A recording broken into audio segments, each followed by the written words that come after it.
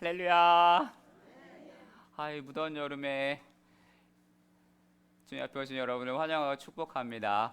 목이 빠지게 기다렸어요. 하나님도 여러분을 목이 빠지게 기다리고 계십니다. 믿으십니까?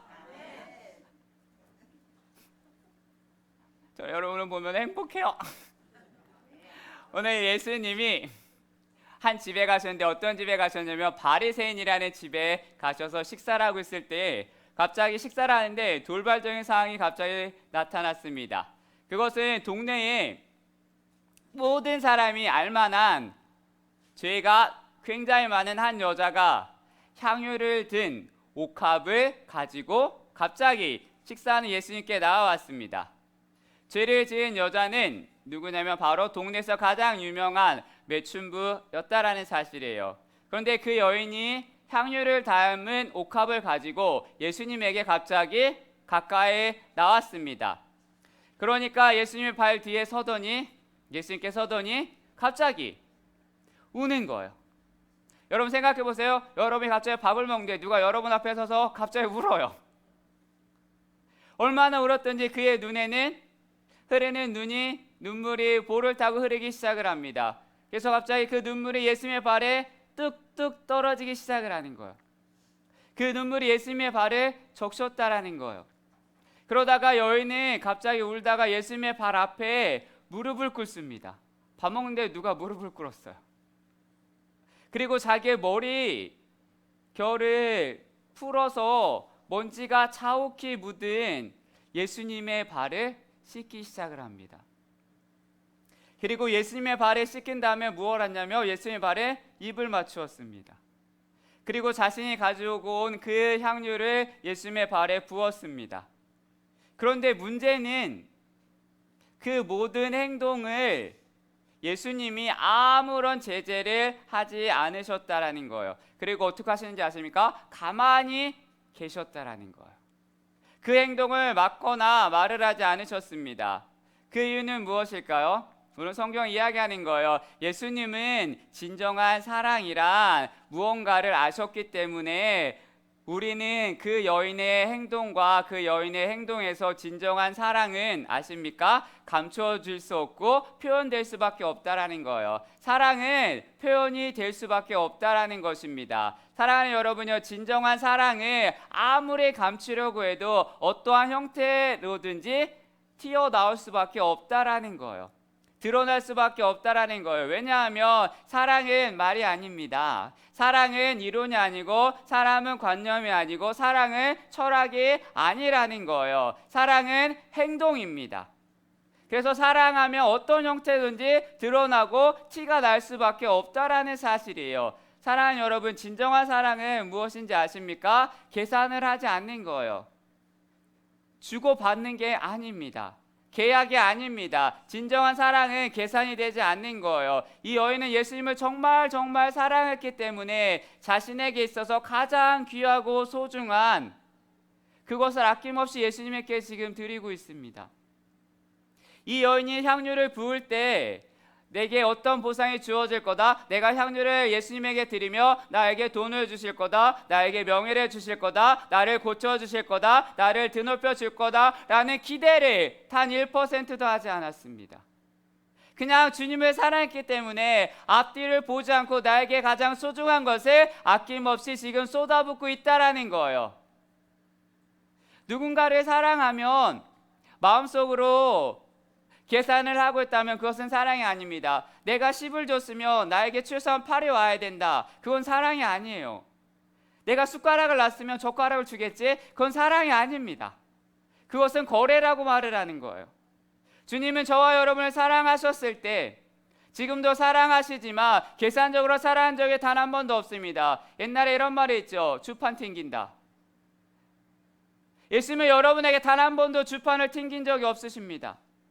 그러므로 저와 여러분도 사랑하는 예수 그리스도를 사랑할 때 계산적으로 사랑하지 않는 사랑하는 여러분이 되기를 바랍니다. 진정한 사랑 어떤 사랑인지 오늘 성경에 말을 하는 거예요. 진정한 사람은 부끄러움을 개의치 않는다는 거예요. 초청도 받지 않았습니다. 식사 자리에 초대도 받지 않았어요. 많은 남성들이 거기에 모여있고 구경하고 그 자리에 밥을 먹는데 그 잔치집에 오늘 이 여인이 찾아간다라는 건 쉬운 일이 아닙니다. 초대받지 않는 사람이 여러분 식탁에 올라오는 것에 우리는 당황할 수밖에 없어요.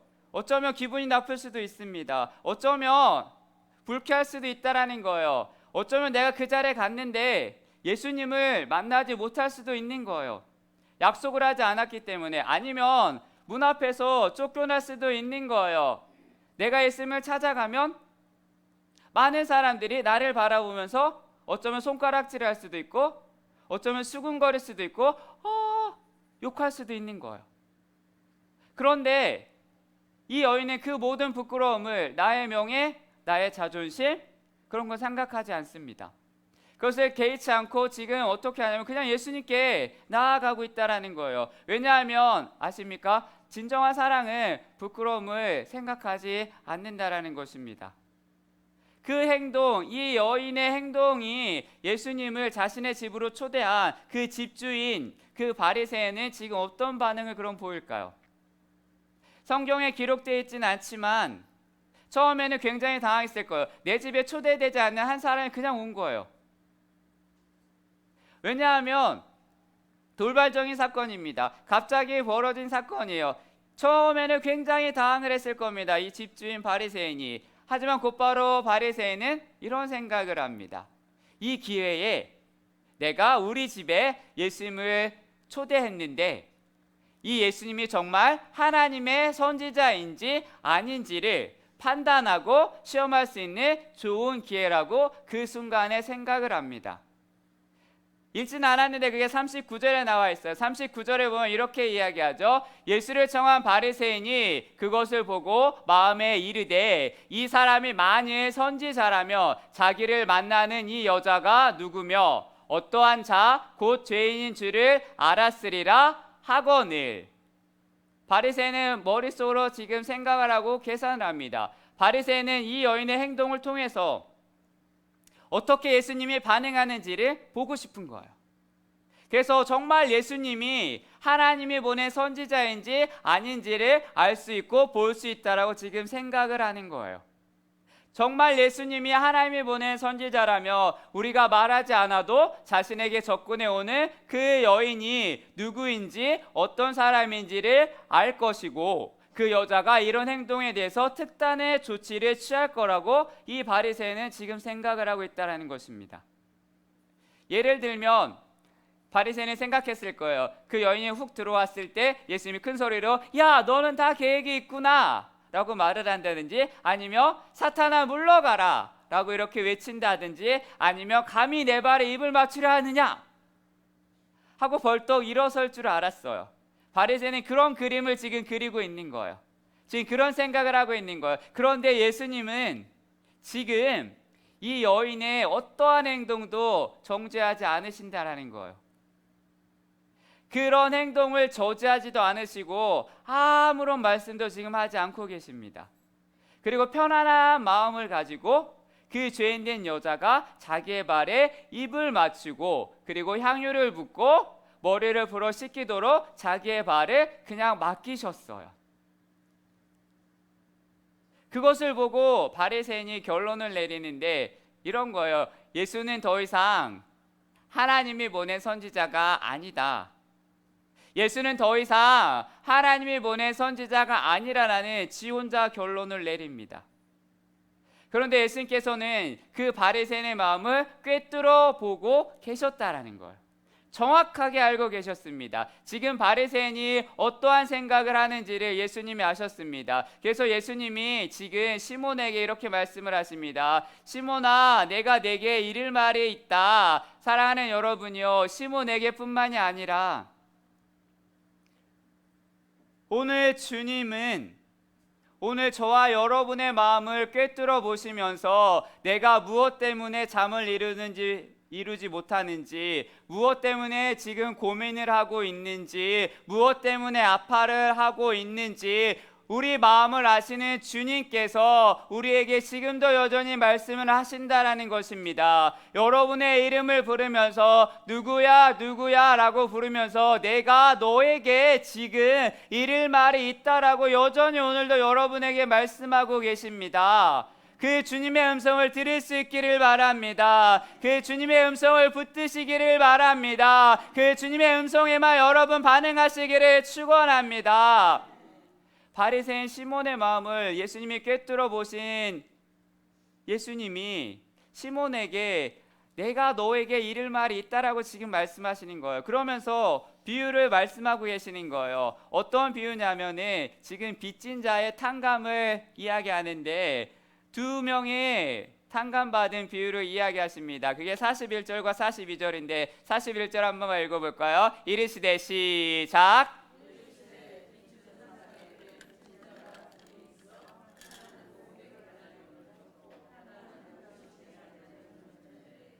갚을 것이 없으므로 둘 다 탕감하여 주었으니 둘 중에 누가 그를 더 사랑하겠느냐 라면서 비유를 지금 말씀하십니다. 이 비유를 말씀하시는 것을 보면 두 명이 등장을 합니다. 근데 두 사람 모두 빚쟁이고 빚을 졌어요.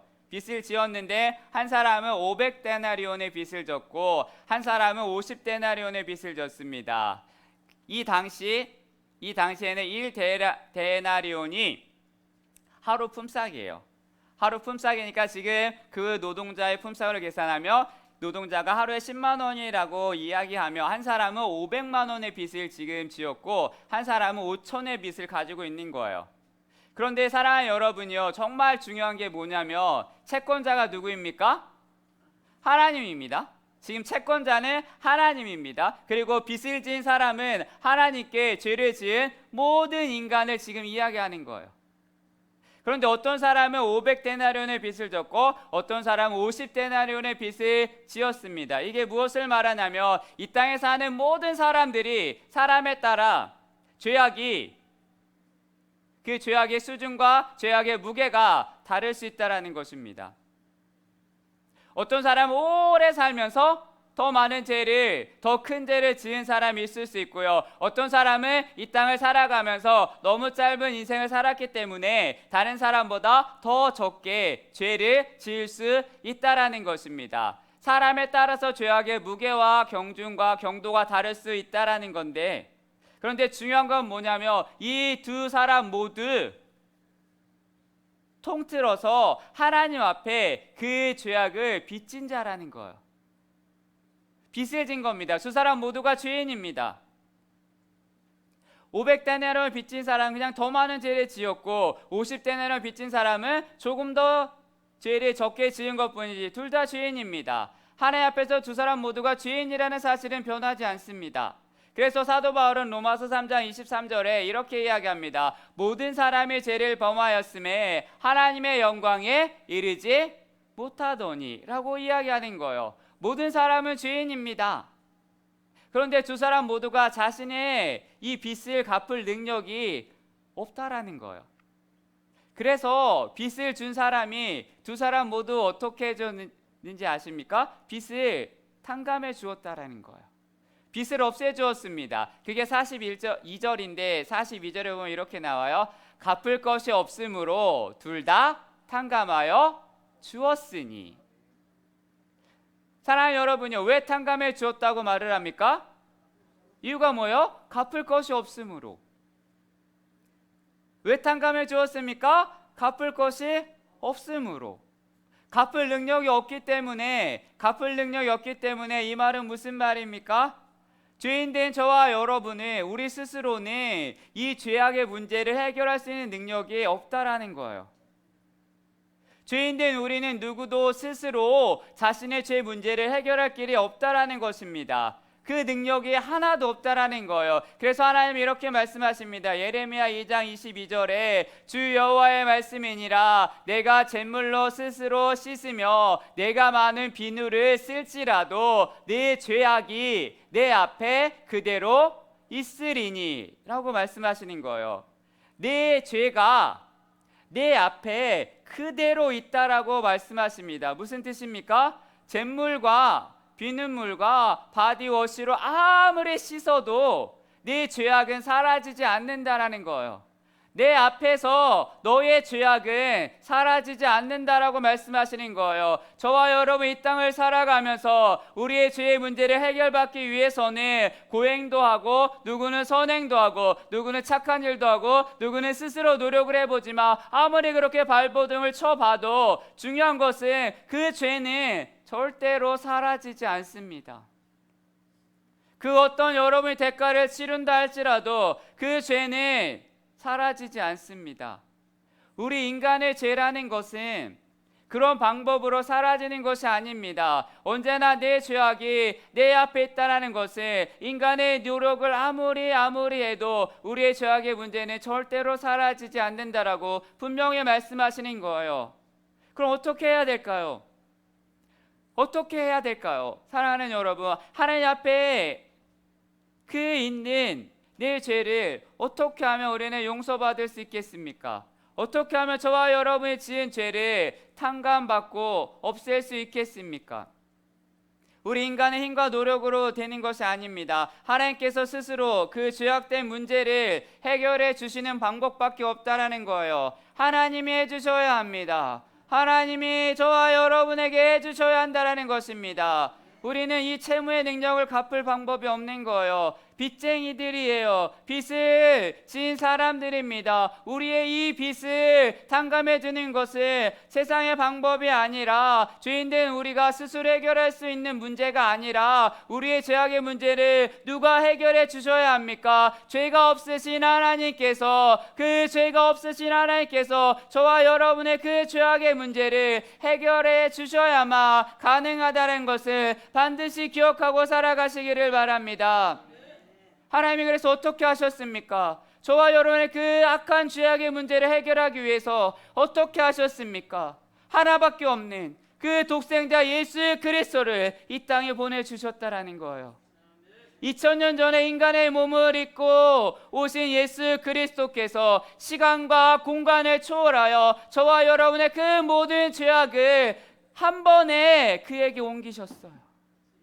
그리고 하나님의 아들 예수 그리스도는 시간과 공간을 초월하여 우리의 모든 죄를 담당하시고 짊어지시고 십자가 위에서 우리의 모든 죄값을 지불하셨습니다. 어떻게 지불하셨습니까? 수치를 당하시고 조롱을 당하시고 침뱉음을 당하시고 형벌을 받으시고 죽으심으로 생명을 거심으로 우리의 모든 죄값을 완벽하게 지불하셨다라는 거예요. 그리고 마지막에 말씀하셨죠. 다 이루었다. 내가 너의 죄값을 다 지불했다. 내가 너의 죄값을 다 계산했다. 우리 죄악의 문제는 우리 스스로 해결할 수 없기 때문에 하나님께서 해결해 주셔야만 하는데 그 하나님이 해결해 주셨다라는 사실입니다. 우리의 죄악의 문제를 해결하기 위해서 자기 아들을 보내셨고 십자가 위에서 죽게 하셨고 우리의 모든 죄값을 치르게 하셨다라는 거예요. 이것을 반드시 기억하고 살아가셔야 합니다. 어떻게 해야 우리의 죄의 문제를 해결받을 수 있습니까? 그 예수 그리스도를 믿어야 합니다. 그 예수 그리스도만을 신뢰해야 합니다. 그 예수 그리스도가 말씀하신 그 뜻대로 살아가야 하는 것입니다. 그 예수 그리스도를 믿기만 하며 아들의 피를 흘리신 그 보혈의 피가 우리의 모든 죄를 사해 주시는 거예요. 그 보혈이 저와 여러분을 덮음으로 말미암아 우리는 죄악이 씻겨 나갈 줄 믿으시기를 바랍니다. 그래서 요한 1서 1장 7절에 이렇게 이야기하는 거예요. 읽어볼까요? 그 아들 시작.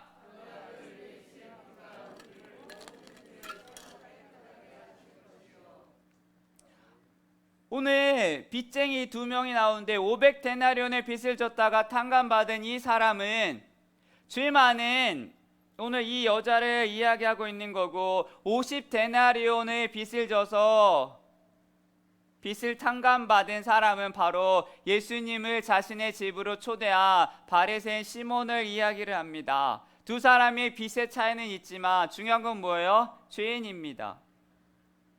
빚을 갚을 만한 능력이 없는 죄인인데 모두 탕감을 받았다라는 거예요. 이 탕감받은 두 빚진 자의 비유를 예수님께서 오늘 저와 여러분에게 말씀하시고자 하는 이유가 뭘까요? 첫 번째는 죄사함의 사랑은 죄사함과 사랑은 비례합니다. 주님은 오늘 바리새인 시몬에게 갚을 것이 없으므로 내가 둘 다 탕감해 주었는데 그 둘 중에 누가 그를 더 사랑하겠느냐 물으셨어요. 42절에 갚을 것이 없으므로 둘 다 탕감해 주었으니 둘 중에 누가 그를 더 사랑하겠느냐라고 이야기합니다. 그때 바리새인이 이야기해요. 43절에 시몬이 대답하여 이르되 내 생각에는 많이 탕감을 받은 자니이다. 이르시되 내 판단이 옳다 하시고, 시몬이 말을 합니다. 제 생각에는 많이 빚을 깐 사람이 그 주인을 더 사랑할 것입니다. 주님이 말씀하십니다. 네 생각과 판단이 옳도다. 네 대답이 틀리지 않고 정확하다 라고 말씀하시는 거예요. 두 사람 모두 죄사함을 받았습니다. 그런데 누가 더 사랑할까요? 당연히 더 많이 탕감을 받은 사람이 더 많이 감사하고 더 많이 사랑할 것입니다. 그렇다면 이 여인은 왜 그토록 주님을 그토록 목매어 사랑할까요? 그는 알았습니다. 이 여인은 아는 거예요. 용서받을 수 없는 자신이, 용서받을 수 없는 죄를 예수님의 피로 사함을 받았기 때문에 정확하게 알았습니다.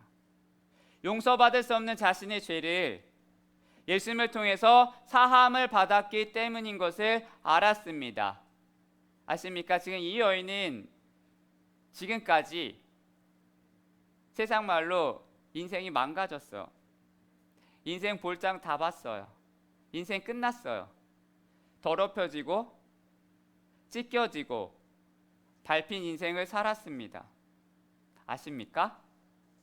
수많은 남성들에 의해서 자신의 몸이 더럽혀질 때마다 생각합니다. 내 신세가 왜 이럴까? 내 팔자가 왜 이 모양일까? 탄식하면서 인생을 막 살기 시작을 합니다. 빠져나올 수 없는 늪에서 허우적거리면서 하루하루 비관하며 살아가고 있습니다. 지금까지 누구에게 단 한 번도 사랑을 받아본 적이 없어요. 단 한 번도 위로라는 것을 받아본 적이 없습니다.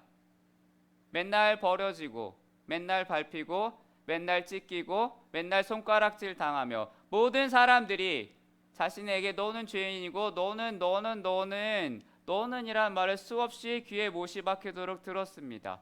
그리고 너는 죄인이고 너는 안 되고 너는 그냥 그렇게 막 굴러먹다 사는 사람이다 라는 소리를 하루에 몇 번씩 듣는 거예요. 자존감이 떨어질 대로 떨어졌습니다. 언제나 사람들은 그녀를 향하여 말을 합니다. 몸 파는 사람, 더러운 사람, 가까이 하기 싫은 사람, 왜 이 동네 와서 자리를 잡고 숨을 쉬냐 라면서 맨날 말을 합니다. 선입견을 가지고 바라보는 거예요. 그 자신을 바라보면서 수많은 시간과 수많은 세월을 지금 보내고 있었는데, 아십니까? 그 여인은 세상 말로 남자의 놀이개였어요. 그리고 여자들에게는 아십니까? 경멸의 대상이었습니다. 자신의 비참함 때문에 죽고 싶을 때가 한두 번이 아니었을 거예요. 내가 이렇게 살아야 되나? 나는 왜 태어났을까?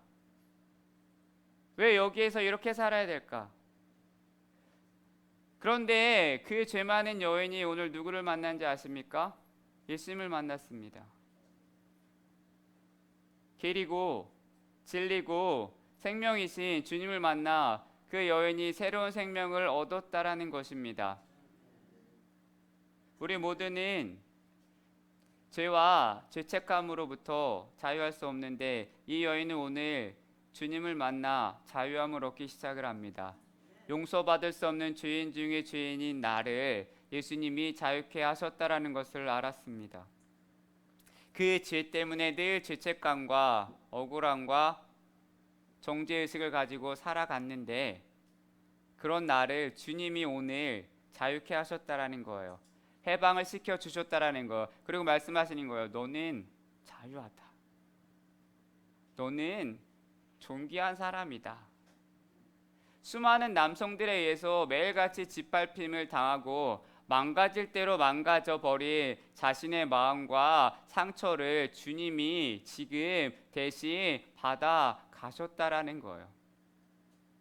주님이 그 모든 상처와 죄책감과 수많은 것들을 끌어안아 없애주셨다라는 거예요. 다시는 생각하고 싶지 않은 지난날의 자신의 죄와 가오와 수많은 날들을 주님이 동에서 서쪽으로 멀리 있는 것처럼 기억하지 않으시게 버려주셨다라는 거예요. 예수님 안에서 주님을 만나고 추하고 더러운 죄사함 받고 나니까 예수님을 사랑하지 않을 수밖에 없는 거예요. 사랑할 수밖에 없는 거예요. 사랑하지 말라고 해도 사랑할 수밖에 없는 거예요. 인간의 진정한 행복은 어디서 오는지 아십니까? 죄를 사함받는 데 있는 거예요. 사랑하면 차이를 만드는 거예요. 오늘 바리새인에게 이 비유를 말씀하신 예수님이 이 여자를 돌아보면서 시몬에게 이렇게 말씀하시는 거예요. 이 여자를 보느냐? 너는 이 여자를 정죄하고 있는데 너는 지금 이 여자를 보느냐? 그리고 이어서 이렇게 말씀하십니다. 그게 44절에서 46절인데 이렇게 이야기하시죠. 내가 내 집에 들어올 때 너는 내게 발 씻을 물도 주지 아니하였음에 이 여자는 눈물로 내 발을 적시고 그 머리털로 닦았으며 너는 내게 입 맞추지 아니하였으되 그는 내가 들어올 때부터 내 발에 입 맞추기를 그치지 아니하였으며 너는 내 머리에 감람유도 붓지 아니하였으되 그는 향유를 내 발에 부었느니라. 왜 예수님을 대하는 두 명의 사람의 태도가 다를까요? 지금 그 차이를 말씀하시는 거예요. 예수님은 왜 죄 많은 이 여자가 바리새인과 달리 자신에게 이런 행동을 취하는지 분명히 말씀을 하고 계세요. 그것은 사랑함이 많음이다. 예수님은 자신에 대한 사랑이 이런 차이를 만든다는 거예요. 예수님을 사랑하는 차이가 지금 두 사람의 태도가 다르다라는 거예요. 예수님의 사랑에 대한 게 예수님을 대하는 태도가 다르다라는 거예요. 다른 태도입니다. 예수님을 맞이하는 태도가 다릅니다. 예수님에 대한 이 여인의 사랑이 바리새인과 전혀 다른 행동을 지금 하고 있다라는 것입니다. 사랑하면 티가 난다고 말씀을 드렸어요. 사랑하면 차이가 납니다. 사랑하는 여러분, 주님과 나와의 관계만이 아니라 저와 여러분 삶 속에도 사람과의 사랑 관계 속에서도 마음이 가거나 사랑하면 차이가 나요. 예를 들어 여러분 기억을 수년 전으로 돌이돌아보세요. 임신하셨을 때 가물가물하시겠지만 임산부가 임신을 하면 술 담배를 할까요? 안 할까요? 그렇죠. 근데 요즘은 임신하고도 담배를 피니 정말로 강 큰 여자들이 있어요. 근데 대부분 임산부들은 술 담배를 하지 않습니다. 임산부가 감기가 걸리거나 열이 40도까지 올라도 감기약을 먹지 않습니다. 왜 그럴까요? 아이를 사랑하기 때문에. 아이에게 티끌 하나라도 부담을 주기 싫기 때문에. 왜 사랑하는 사람이 어려움에 처해 있으며 우리는 신경을 곤두세우며 목숨을 걸고 뛰어들까요? 사랑하기 때문입니다. 내 손자, 손녀, 내 사랑하는 자식과 아들과 딸이 아프고 누워있는데 가만히 있을 부모는 없어요. 우리가 신앙생활하면서 용서할 수 없는 사람을 어떻게 용서할까요? 왜 우리가 가정에서 핍박과 멸시와 그리고 여러분의 직장에서 그런 모함을 받으면서 인내하고 오래 참을까요? 돈 때문에요? 아닙니다. 왜 저와 여러분이 매번 예배를 드릴 때마다 이렇게 시간과 정성을 들여 마음을 다해 뜨거운 가슴과 눈물을 적시면서 예배를 드리십니까? 왜 우리가 몸과 시간과 물질을 들여 헌신하십니까? 왜 사랑하는 교사들은 주는 것도 없는데 아이들 위해서 그렇게 교사를 오랫동안 섬길까요? 그건 답은 하나예요. 주님을 사랑하기 때문에. 여러분 왜 예배 드리러 오셨습니까? 이유는 하나예요. 주님을 사랑하기 때문에. 나를 향한 주님의 사랑을 표현하고 싶어서 오시는 거예요. 사랑하는 여러분요, 예수님을 사랑하기 때문에 울어본 적이 언제이십니까? 예수님이라고 부르면 여러분의 눈에서 하염없는 눈물이 떨어지는 그 모습은 언제이셨습니까? 예수님을 사랑하기 때문에, 아니 예수님으로 말미암아 죄사함을 받은 게 너무나 감격돼서 엉엉 울어본 적은 언제이십니까? 예수님을 사랑하기 때문에 여러분의 인생과 여러분의 가장 소중한 시간을, 여러분의 인생의 가장 소중한 것을 주님께 드린 적이 언제이십니까? 생각해 보아야 합니다.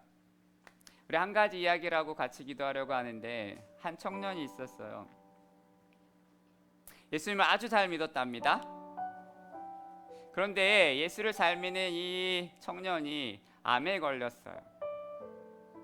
근데 어디에 암이 걸린지 아십니까? 혀에. 그래서 병원에 갔는데 의사가 이야기합니다. 안타깝지만 혀를 절단해야 됩니다. 그래야 살 수 있습니다. 혀를 이제 잘라내고 나면 말을 할 수가 없는데, 그래서 의사와 간호사가 말을 합니다. 이제 당신은 혀를 절단해야 되는데 마지막으로 당신이 하고 싶은 말을 하십시오 라고 말을 했어요. 그러자 이 청년이 무슨 말을 했는지 아십니까? 이런 말을 남겼답니다. 주 예수님, 주님의 은혜가 이미 저에게 족합니다. 제가 주님을 진심으로 사랑합니다. 이 마지막 말을 남기고 수술실로 갔습니다. 이게 사랑의 차이입니다. 한번 생각해 보십시오. 여러분이 이제 그 청년과 같이 마지막 말을 하고 내 혀가 없어진다고 생각하면 여러분 어떤 말을 하시겠습니까? 누구는 말을 할 거예요. 왜 나에게 이런 암이 걸려야 했냐고 원망하며 삿대질하고 화를 낼 수 있고, 누구는 내가 주님을 사랑합니다라고 자신의 혀를 가지고 마지막으로 고백할 수 있는 선택을 합니다. 사랑하는 여러분이요, 여러분의 신앙의 연수는 중요하지 않습니다. 지금 내가 어떤 직분을 가지고 있는 게 중요한 게 아닙니다. 아십니까? 지금 내가 10년 전이 아니라 5년 전이 아니라 지금 내가 얼마나 주님을 사랑하고 있느냐가 중요합니다. 집에 금덩이가 있는 게 중요한 게 아니고, 내가 예전에 예수를 뜨겁게 만나고 내가 예전에 예수를 불러도 눈물이 났다, 이게 필요한 게 아니에요. 지금도 내가 주님을 사랑하고 있느냐, 그 주님 때문에 내 심장이 뛰고 있느냐, 그 주님 때문에 내가 지금 감격하고 있느냐가 중요한 거예요. 주님을 사랑하십니까? 사랑하는데 왜 차이가 날까요?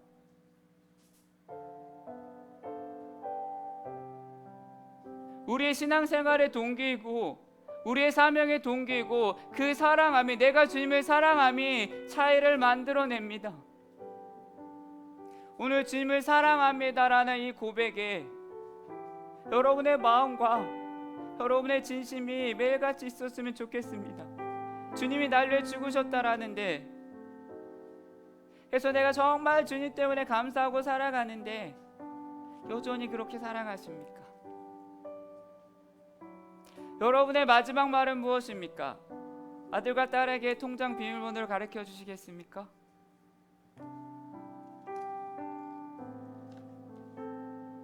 내가 마지막 말을 하는 순간이 왔다라고 하면 무슨 말을 하시겠습니까? 여러분의 우선순위에서 주님이 자꾸 밀리십니까? 그럼 우리 길을 쓰고 올려야 돼요. 길을 쓰고 올려야 돼요. 주님은 여러분이 1순위예요. 비가 오나 눈이 오나 바람이 오나 주님은 여러분에게 1순위입니다. 우리는 상황에 따라 이게 자꾸 오르락 내리락 합니다. 우리는 상황에 따라 이게 자꾸 내려갔다가 필요할 때 끌어올립니다. 순위가 바뀌지 않았으면 좋겠습니다. 오늘 주님이 물으십니다. 나는 너를 사랑한다. 나는 너를 여전히 사랑한다. 내가 너의 죄를 사해주고 하나밖에 없는 예수 그리스도를 보내주었다. 그 마음이 여러분에게 충만하게 젖어들어 사랑이 일방통행이 아니라 짝사랑이 아니라 함께가 되었으면 좋겠습니다. 내가 이것을 하나님 나를 고쳐주지 않아요. 내가 하나님을 덜 사랑할래요. 내가 이것 때문에 힘든데 하나님 나를 좀 도와주세요. 내가 이것 때문에 숨을 쉬고 싶지 않은데 보고 싶지 않은데 하나님 저것 좀 치워주세요. 안 치워주면 안 갈래요. 왜 나의 기도는 들어주지 않으십니까? 라는 투정이 아니라 하나님의 계획하심을 믿고 하나님의 섭리하심을 믿는다면 하나님의 살아계심을 믿는다면 우리는 그 하나님만을 신뢰하며 여전히 묵묵하게 걸어가야 합니다. 아까우십니까? 예배드리는 시간이 아까우십니까? 여러분의 물질이 교회만 가면 헌금하는 게 그렇게 아까우십니까? 손이 부들부들 떨리십니까? 어떤 사람 봤어요. 헌금하는데 1,000원짜리와 10,000원짜리를 주머니 속에서 골라요. 잘 나와야 되는데.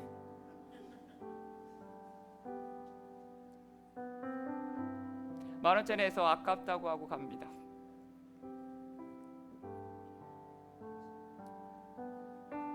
사랑이 차이를 만듭니다.